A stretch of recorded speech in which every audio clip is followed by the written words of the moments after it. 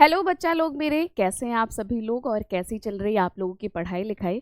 तो आज की ये जो हमारी क्लास है, आज हम इस क्लास में इंट्रोडक्शन पार्ट डिस्कस करेंगे, यानी कि जो आप एग्ज़ाम देने वाले हो CUET का। ठीक है, CUET एग्ज़ाम के बारे में आप सभी को पता ही है कि जब आप 12th पास करते हैं तो क्या होता है कि बहुत सारे बच्चे होते हैं जिन्हें BA करना होता है, BSc करना होता है या फिर BCom करना होता है। तो पहले क्या होता था ये चीज़ें कि हमें अलग अलग यूनिवर्सिटी में जो है एडमिशन लेना होता था, तो उसके लिए वहाँ पे जाके हमें एग्ज़ाम देना होता था। ठीक, लेकिन अब ऐसा नहीं है। अब आपका सिर्फ NTA एक एग्ज़ाम कंडक्ट कराता है जिसका नाम है CUET। ठीक है, इस एग्ज़ाम के माध्यम से आप जिस भी कॉलेज में एडमिशन लेना चाहते हैं, जिस भी विश्वविद्यालय में एडमिशन लेना चाहते हैं, आप आसानी से एडमिशन ले सकते हैं। तो आज हम इसी पार्ट को डिस्कस करेंगे कि इस एग्ज़ाम में क्या क्या आपका आता है, और जो आपका लैंग्वेज वाला पार्ट है, यानी कि जो आपकी भाषाएं वाला पार्ट है, उसमें क्या आता है, कैसे आपको पढ़ना होता है। ठीक है, कितने नंबर के वो आपका एग्ज़ाम होता है, ये सारी चीज़ें आज हम यहाँ पे डिस्कस करेंगे। तो चलिए फिर स्टार्ट करते हैं और जानते हैं बहुत सारी बातें हमारे CUET एग्ज़ाम के बारे में। तो चलिए देखते हैं। देखिए, सबसे पहले मैं आपको जो हमारा CUET का एग्ज़ाम होता है, क्या होता है बच्चा, वो 3 पार्ट में डिवाइड होता है। ठीक, सबसे पहले हमारा कौन सा पार्ट होता है, सेक्शन फर्स्ट होता है। सेक्शन फर्स्ट में बच्चे हमारी क्या आती है, भाषाएं आती है। ठीक है, जो कि first A and first B में ये जो है विभाजित होता है। फर्स्ट A में आपकी 13 भाषाएं, और जो आपका फर्स्ट B होता है बच्चा, इसमें आपकी लगभग 20 भाषाएं आती हैं। ठीक, सेक्शन सेकंड की अगर मैं आपसे बात करूं बच्चे मेरे, तो इसमें क्या होता है, डोमेन सब्जेक्ट होता है। अब बच्चों को पता ही होगा ना कि डोमेन का मतलब क्या होता है। डोमेन का मतलब होता है बच्चे कि जो आप पढ़ रहे हैं, जो सब्जेक्ट आप पढ़ रहे हैं, जैसे मान लीजिए फिजिक्स, केमिस्ट्री, बायो, आपका मैथ्स, हिस्ट्री, पॉलिटी, ये सारी चीज़ें जो हैं वो सेक्शन सेकंड के अंतर्गत आती हैं, डोमेन सब्जेक्ट के। और जो हमारा सेक्शन थर्ड है बच्चा ना, उसे हम लोग क्या कहते हैं, जनरल टेस्ट कहते हैं। ठीक है, इसमें आपका जैसे रीजनिंग हो गया, मैथ्स हो गया, ये सारी चीज़ें जो होती हैं वो हमारी सेक्शन थर्ड में आती हैं। ठीक है, इतने पॉइंट्स क्लियर हुए ना कि आपका जो CUET का एग्जाम होगा उसमें क्या और कैसे आता है बच्चा। देखो, मैं आपको तो क्या पढ़ा रही हूँ, भाषाएं पढ़ाऊंगी, यानी कि मैं भाषाओं में भी आपको हिंदी पढ़ाऊंगी। तो इसलिए मैं यहाँ पे बच्चा जो आपसे पूरा डिस्कस करूंगी ना, वो हिंदी को डिस्कस करूंगी कि हिंदी में आपको क्या पढ़ना है, कैसे पढ़ना है, और कैसे आप उसकी तैयारी करेंगे। ठीक है, मतलब अगर अभी तक जिन बच्चों को हिंदी से डर लगता था ना, और वो अपनी भाषाओं में जो सब्जेक्ट लेना चाह रहे हैं वो हिंदी लेना चाह रहे हैं, तो अब बच्चा डरना मत। ठीक है, अब देखना, एक बार जब आप हिंदी पढ़ लोगे ना, तो कहीं से भी कोई भी आपसे प्रश्न पूछा जाए, आपका प्रश्न कभी भी गलती से भी गलत नहीं हो जाएगा। ठीक है, यानी कि जो एग्जामिनर है ना, वो पूछने पे मजबूर हो जाएगा कि भाई हम पेपर कहाँ से बनाएं, जो प्रश्न आप सभी को नहीं आ रहा है, या फिर ये बच्चे कहाँ से पढ़े हैं जो इनको सब कुछ आ रहा है। ठीक, ऐसे वाला होना चाहिए, वो जज्बा होना चाहिए आपको पढ़ने के लिए। तो चलिए आ जाइए। देखिए, सबसे पहले अगर मैं बात करूं, जो हमारी लैंग्वेज हैं, जो हमारी भाषाएं हैं, जिसे हम लोग सेक्शन फर्स्ट A और सेक्शन फर्स्ट B में विभाजित किए हैं। सेक्शन फर्स्ट A में, जैसा कि मैंने आप सभी को बच्चा बताया है कि 13 भाषाएं आती हैं, और ये जो 13 भाषाएं इसमें आएंगी ना, ये सारी आपकी भारतीय भाषाएं होती हैं। ठीक, जो भारत की भाषाएं हैं, जैसे आपका हिंदी हो गया, आपका बंगाली हो गया, गुजराती हो गया, ठीक है, आपका मराठी हो गया, पंजाबी हो गया, ये जो सारी भाषाएं हैं बच्चे, ये आपके सेक्शन फर्स्ट A में आएंगी। सेक्शन फर्स्ट B की अगर मैं बात करूं, तो इसमें आपकी कितनी भाषाएं आएंगी बच्चा, 20 भाषाएं आएंगी। और ये जो भाषाएं हैं ना, ये सारी भाषाएं आपकी विदेशी भाषा है। ठीक है, जैसे देख ही रहे हैं आप कि इसमें क्या हो गया आपका, इसमें नेपाली हो गया, आपका रशियन हो गया, जर्मन हो गया। ठीक है, ये सारी भाषाएं आपकी आएंगी। इतनी बातें सभी का जो है कंफर्म ना? कोई कहीं पे कोई कंफ्यूजन तो नहीं है ना बच्चा? कहीं पे कोई भी कंफ्यूजन होगा ना, वो भी आप पूछ लेना कि ये चीज मैम हमको समझ में नहीं आया है। ओके, चलिए आगे देखते हैं। नेक्स्ट हमारा ये बच्चा देखो आपका सिलेबस है, ठीक। ये जो सिलेबस आपका दिया गया है ना, ये सारी जितनी भी आपकी लैंग्वेज हैं सबका सिलेबस सेम टू सेम है, कुछ नहीं बदला है, बस उनका जो नाम अलग अलग हो गया। जैसे उन्हें अंग्रेजी में हम क्या बोलेंगे, उनको अंग्रेजी में हम बोलेंगे कि भाई रीअरेंजिंग द पार्ट्स, और उसको क्या बोलेंगे जो है हिंदी में बोलेंगे कि भाई इनका व्यवस्थीकरण करना, ठीक है। तो बस वही चीज आपका परिवर्तित कर दिया है, बाकी सिलेबस सबका सेम ही है। अब यहाँ पे जैसे इन्होंने दिया है ना कि हम आपको ये कुछ टॉपिक दे रहे हैं। एक बात यहाँ पे मैं आपको बताना चाहूंगी, जैसे जो हमारा एनटीए होता है ना, उसकी एक बड़ी खास बात होती है, ठीक है। वो क्या करता है, वो कभी कान आपका सीधे नहीं पकड़ता बच्चा, वो हमेशा कान को ना घुमा के पकड़ते हैं, ठीक है। अब यहाँ पे आप देख रहे हैं ना, ये इन्होंने सिलेबस दे रखा और इन्होंने कहा कि ये हम आपको कुछ टॉपिक दिए हैं जिनसे हम क्या करेंगे, आपसे प्रश्न पूछेंगे। लेकिन इन्होंने कहा कि भाई सिर्फ यहाँ पे देख रहे हैं ना कि हम सिर्फ आपको जो ये सिलेबस दे रखे हैं सिर्फ यहीं तक आपको सीमित नहीं रखेंगे।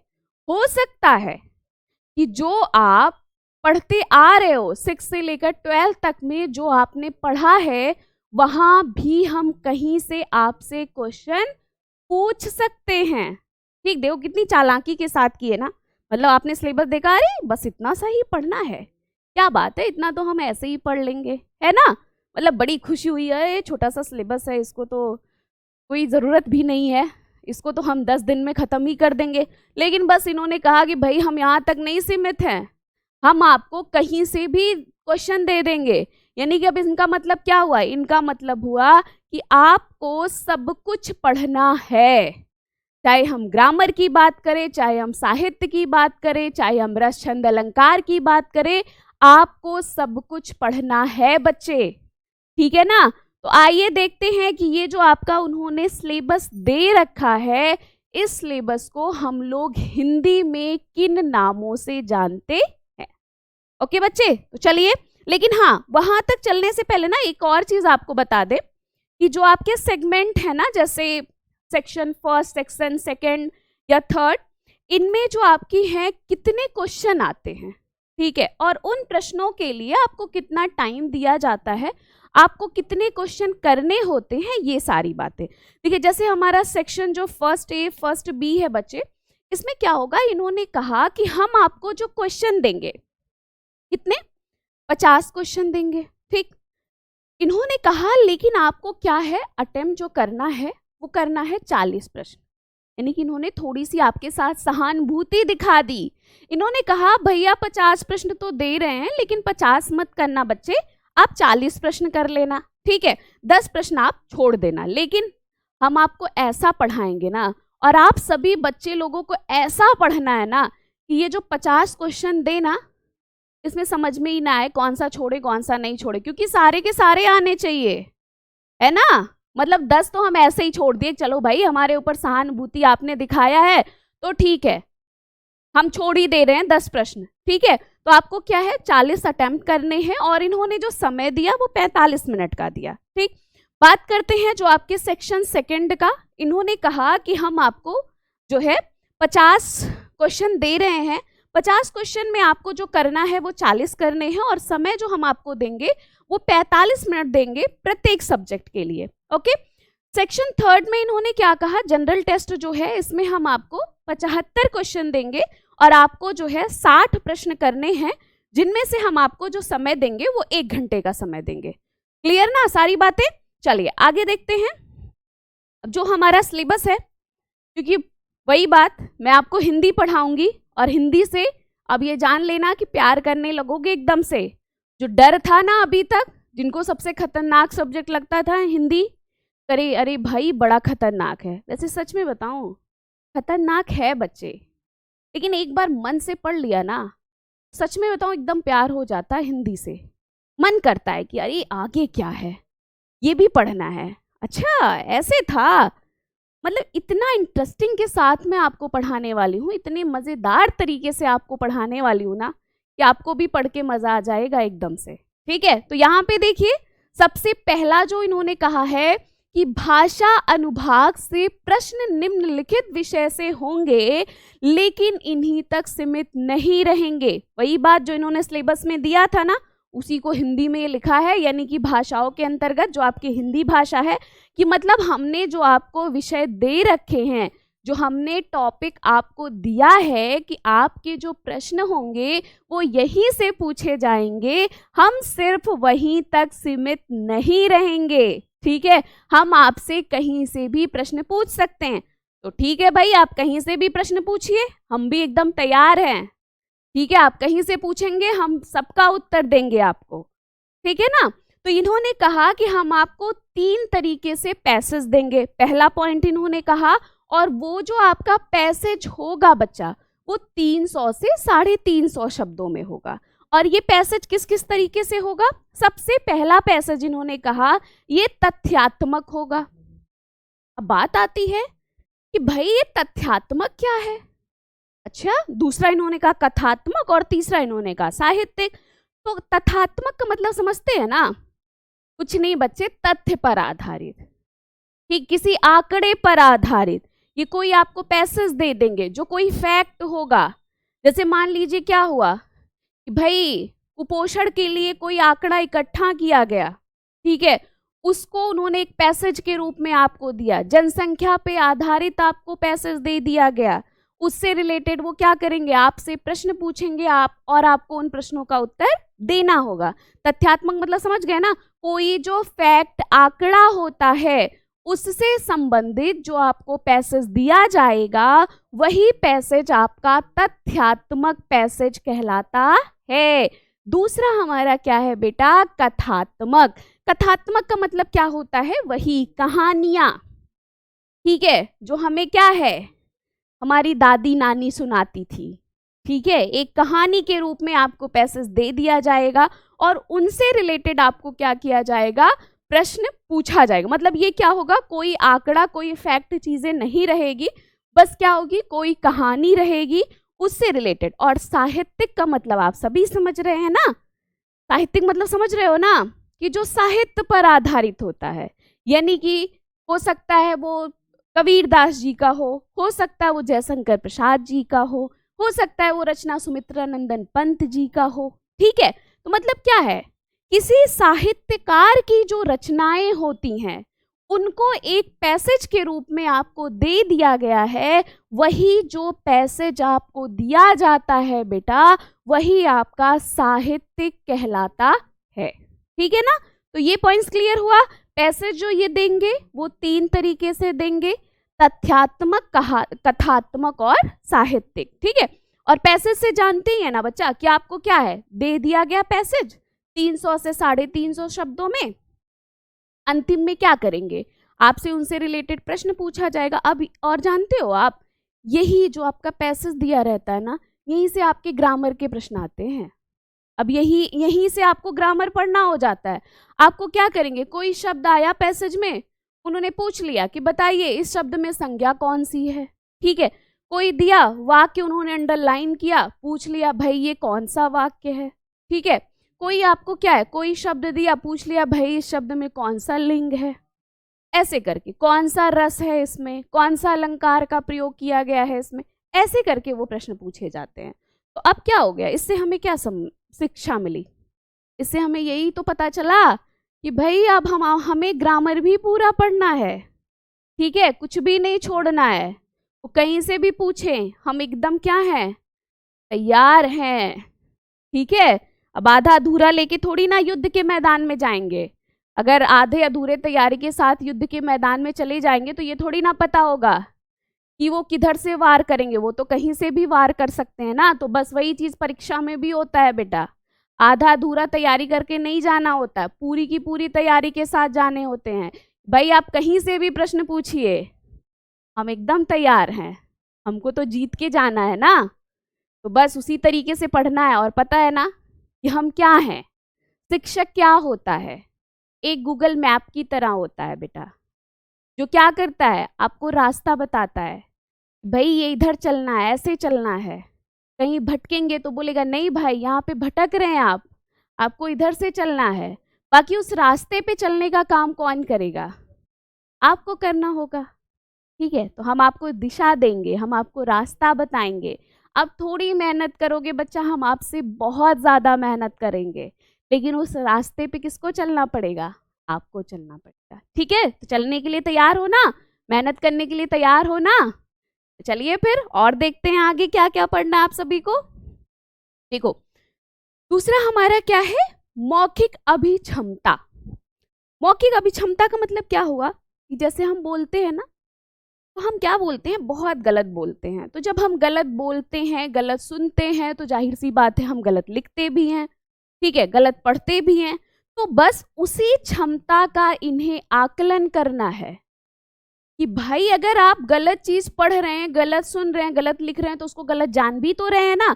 तो बस उसी चीज को वो देखना चाहते हैं मौखिक अभिक्षमता के माध्यम से। इन्होंने बोला कि जो हम मौखिक अभिक्षमता है उसको हम दो तरीके से देखेंगे। पहला इन्होंने बोला कि हम वर्तनी त्रुटि संबंधी आपको प्रश्न देंगे, यानी कि क्या है, वो कोई आपको प्रश्न देंगे, जैसे पूछ लिया कि इसमें से बताइए शुद्ध शब्द कौन सा है, ठीक है, इसमें से बताइए कौन सा शब्द अशुद्ध है, ऐसे करके आपसे प्रश्न पूछेंगे। ठीक, तो क्या होता है जब हम उसको गलत पढ़ रहे होते तो हमको लगता है अरे यही वाला तो सही है, ये वाला तो गलत है। अभी जैसे क्या है, एक प्रश्न बड़ा फेमस है, मैं आपको बताती हूँ, बहुत पूछा जाता है, जैसे उज्ज्वल, आप सभी जान रहे होंगे, ऐसे दे दिया,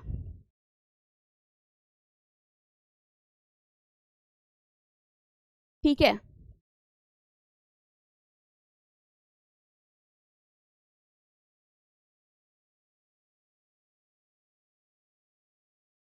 ऐसे करके आपको दे दिया गया। ठीक, अब इसमें क्या, ये बड़ा खतरनाक सा प्रश्न है, बहुत पूछा भी जाता है। अब इसमें से पूछेगा कि भाई इसमें से बताइए कौन सा शब्द शुद्ध है। तो जब आपको पता रहेगा बच्चा तभी तो आप बताओगे ना, जब नहीं पता रहेगा तो वही होगा ना कि भाई ये ए वाला सही था कि बी वाला सही था कि सी वाला सही था। तो बस उसी चीज को वो जानना चाहते हैं कि क्या आपको शुद्ध शब्दों के बारे में पता है, ठीक है, उसी चीज को वो जानेंगे वर्तनी त्रुटि संबंधी प्रश्न में। यानी कि आपको कोई शब्द दे दिया जाएगा और पूछा जाएगा कि इसमें से बताइए कौन सा शब्द शुद्ध है, कौन सा शब्द अशुद्ध है, ऐसे करके आपसे प्रश्न पूछा जाएगा। ठीक, दूसरा हमारा क्या है, वाक्य त्रुटि संबंधी प्रश्न। अब देखो वहां पे तो उन्होंने शब्द के माध्यम से आपसे पूछ लिया, अब इसमें क्या करेंगे, वाक्य के माध्यम से पूछेंगे। ठीक, कि आपको क्या, अब देखो यही यहाँ पे भी आपको ग्रामर जानना जरूरी है। अब आपको अगर लिंग के बारे में नहीं पता होगा बच्चा, अगर आपको वचन के बारे में नहीं पता होगा, ठीक, आपको कारक के बारे में नहीं पता होगा, तो आप कैसे जानेंगे कि कहाँ पे को विभक्ति का प्रयोग नहीं होगा, कहाँ पे को विभक्ति का प्रयोग किया जाएगा, किसके साथ कौन से कारक का प्रयोग किया जाता है, किस वचन के साथ क्या होता है, तब कैसे बता पाएंगे ना। तो इसका मतलब अब इनके माध्यम से आपको ग्रामर पढ़नी पड़ेगी। तो क्या करेंगे, आपको वाक्य त्रुटि संबंधी आपको प्रश्न दिया जाएगा कि कहाँ पे आपका वाक्य शुद्ध है, कहाँ पे आपका वाक्य अशुद्ध है, कौन सा वाक्य शुद्ध है, कौन सा वाक्य अशुद्ध है, ये सारी चीजें। लेकिन कोई बात नहीं भाई, आप कहीं से भी प्रश्न पूछिए, कैसे भी करके पूछिए, हम क्या हैं, तैयार हैं। ठीक है, क्योंकि क्या है, ये भाषा बेटा ऐसा है ना जो स्कोरिंग सब्जेक्ट होता है, जो आपको पूरा का पूरा नंबर दिला देता है और पूरे के पूरे नंबर कटवा भी देते हैं। ये हमें लगता है हम सही हैं, लेकिन क्या हो जाता है जब हमको नहीं पता हो जाता है तो हमारा प्रश्न गलत हो जाता है। और इतना कठिन आता भी नहीं है, परेशान मत होना एकदम से, जब आता रहता है ना तो सब इजी लगता है, जब नहीं आता है तभी कठिन लगता है। देखो तीसरा क्या है, वाक्यांशों का पुनर्व्यवस्थीकरण। अब ये क्या है, वाक्यांशों का पुनर्व्यवस्थीकरण, इसका मतलब है ना बेटा कि आपको वाक्यांश लिखे रहेंगे, लेकिन जो वाक्यांश लिखे रहेंगे वो ऊपर नीचे लिखे रहेंगे, जैसे एक सही तरीके से नहीं लिखे रहेंगे, ऊपर नीचे करके दिए रहेंगे। और आपको क्या करना होगा, उनको सही तरीके में लिखना होगा। जैसे रीजनिंग में होता है ना, सेम वैसे ही। या आपका कौन सा हो सकता है कि सही वाला नीचे देके उससे सही वाला ऊपर देके ऐसे पूछेंगे कि भाई पहला दूसरा चौथा, तीसरा दूसरा पहला, ठीक है, दूसरा पहला चौथा, ऐसे करके वो प्रश्न पूछेंगे। तो क्या होगा कि वाक्य को वो ऊपर नीचे करके देंगे और आपको उनको एक व्यवस्था में लिखना होगा, बताना होगा कि कौन सी उनकी व्यवस्था आपकी सही है। मतलब पूरा आपको समझ लीजिए, पूरे दिमाग को खोल के जो है प्रश्न को करना होगा। अगर जरा सा भी हुआ ना कि नहीं ठीक है तो फिर गड़बड़ हो जाएगा। तो ये समझ में आया ना, वाक्यांशों का पुनर्व्यवस्थीकरण मतलब वाक्यांश आपके ऊपर नीचे दिए रहेंगे, वाक्य आपके ऊपर नीचे होंगे, उनको आपको बताना होगा कि कौन सा है जो इसका सही रूप है, ठीक है, या हम इसको किस तरीके से सही रूप में लिख सकते हैं। चलिए आगे देखते हैं। नेक्स्ट हमारा है वाक्य में रिक्त स्थान की पूर्ति।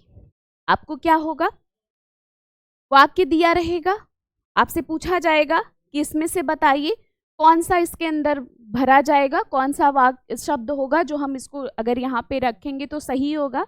यहाँ पे तो मैंने बहुत इजी दे रखा है बेटा, लेकिन इतना इजी पूछा नहीं जाएगा, ठीक, परेशान मतलब अरे ये सब तो हमें तो ऐसे ही आता है, इसमें क्या है, कौन नहीं जान रहा है, हिरन थोड़ी ना उड़ेगा, उड़ेगी तो चिड़िया ही ना, चिड़िया उड़ती है, ऐसे प्रश्न आ जाए तो फिर तो मजा ही आ जाएगा ना। आसमान क्या है, हरा तो हो ही नहीं सकता ना, आसमान तो नीला ही है, ठीक है, तो इतना इजी नहीं देगा बच्चा, ये तो बस एक बताने के लिए। रिक्त स्थान की पूर्ति यानी कि आपको वाक्य दिया रहेगा, उसमें से आपका जो सही होगा कि कौन सा शब्द वहां पे शुद्ध रूप में भरा जाएगा वो आपको बताना होगा। ओके, चलिए आगे देखते हैं। समानार्थी, पर्यायवाची और विपरार्थक यानी कि विलोम शब्द, जिसको हम बचपन से पढ़ते आ रहे हैं ना, बचपन से पढ़ रहे हो ना ये समानार्थी और विलोम शब्द। समानार्थी यानी कि पर्यायवाची का मतलब क्या होता है, जो समान अर्थ देते हैं, वही तो हमारा क्या कहलाता है, समानार्थी शब्द कहलाता है ना। तो क्या हो जाता है, जैसे आपका क्या भास्कर,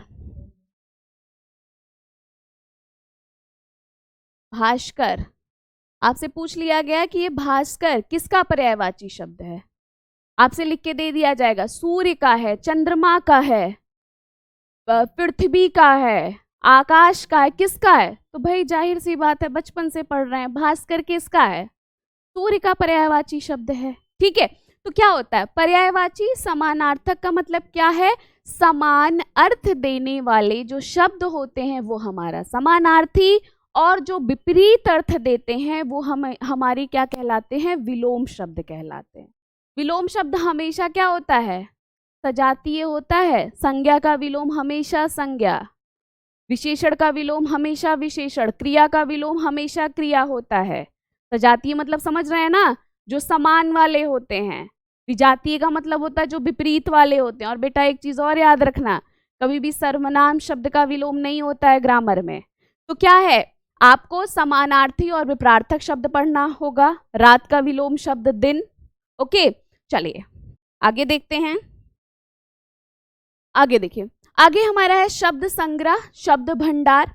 अब इसमें क्या है, भाषा साहित्य एवं भाषा का इतिहास, ठीक है, मतलब क्या है, लिटरेचर वाला पार्ट उन्होंने कह दिया। अब क्योंकि आपने 11th-12th में लिटरेचर पढ़ रखा है ना बेटा, तो आपको उसी तरीके से कि हम भाषा इतिहास और भाषा साहित्य के बारे में आपसे पूछेंगे, विभिन्न भाषाओं के बारे में आपसे पूछेंगे, ठीक है। और इसमें जैसे हुआ ना कि आपको सूरदास, कबीरदास, सुमित्रानंदन पंत, जयशंकर प्रसाद, जितने भी आपने पढ़ रखे हैं वो सारी उनकी रचनाएं कौन सी है, ठीक है, किस रचना का क्या महत्व है, किस भाषा में उन्होंने रचना कर रखी है, इस तरीके से प्रश्न पूछा जाएगा। इसके अलावा आपका अवधी, भोजपुरी, बघेली, ये जो सारी आपकी बोलियां हैं, जो भाषाएं हैं, उनके बारे में कि कैसे आई हैं, कहाँ से आई हैं, ये सारी चीज़ें आपसे पूछा जाएगा। तो पता है अगर अभी तक जैसे बच्चों को साहित्य से बड़ा डर लगता है ना, लगता है अरे बाप रे ये क्या आ गया है, अब देखना जब पढ़ोगे ना साहित्य, साहित्य ना सबसे इंटरेस्टिंग पार्ट लगता है मुझे, इतना इंटरेस्टिंग है ना, जब उसको इंटरेस्ट के साथ पढ़ेंगे ना, तो जैसे हम लोग नहीं कि कोई मूवी देखते हैं या कोई किताब पढ़ते हैं कहानी वहानी की, हमारा मन नहीं लगा अरे आगे क्या हुआ होगा, आगे क्या हुआ होगा उसमें, और चलो जल्दी से उसको देखते हैं, जल्दी से उसको पूरा कर लेते हैं। सेम वैसे ही साहित्य होता है, जब आप पढ़ने लगेंगे ना तो मन करेगा और क्या, अच्छा मतलब उस टाइम इन्होंने इस तरीके की रचनाएं लिखी थी, इस टाइम वो इतना सोच सकते थे। मतलब एक जानने की ना अलग ही इच्छा होती है। ऐसे ही पढ़ने वाले हैं हम लोग पूरे इंटरेस्ट के साथ, और पढ़ोगे ना मतलब एकदम मेहनत करनी है। मैंने बताया ना थोड़ी मेहनत आप करेंगे, आपसे ज्यादा मेहनत करने के लिए हम तैयार हैं। प्रसिद्ध लेखक और कवि, मुहावरे और लोककितियां। मुहावरे लोककितियां में जानते हैं ना सबसे छोटा डिफरेंस जो बचपन से हम जानते हैं, मुहावरे के अंत में हमेशा बच्चा ना शब्द आता है, लोककिति में कभी भी ना शब्द का प्रयोग नहीं किया जाता है। ओके, क्या होता है आपसे पूछ लेगा कि बताइए इसमें से कौन सा मुहावरा है, कौन सा लोककिति है, या इस मुहावरे का क्या अर्थ है, इस लोककिति का क्या अर्थ है, ऐसे करके प्रश्न पूछे जाते हैं। अनेक शब्दों के लिए एक शब्द, ठीक है, जिसे जीता ना जा सके, क्या जल में रहने वाला, इस तरीके से जो प्रश्न पूछे जाते हैं वो क्या कहलाते हैं, अनेक शब्दों के लिए एक शब्द कहलाते हैं। श्रुति सम भिन्नार्थक शब्द, यानी कि क्या है, जो समान वाले शब्द होते हैं लेकिन थोड़े से वो भिन्न होते हैं। जैसे क्या है, अंक मतलब संख्या भी होता है, और अंक का मतलब क्या होता है बच्चा, गोद भी होता है। ठीक है, तो क्या होता है, श्रुति सम भिन्नार्थक शब्द, यानी कि वो समान अर्थ देते हैं, बस थोड़े से वो भिन्न होते हैं।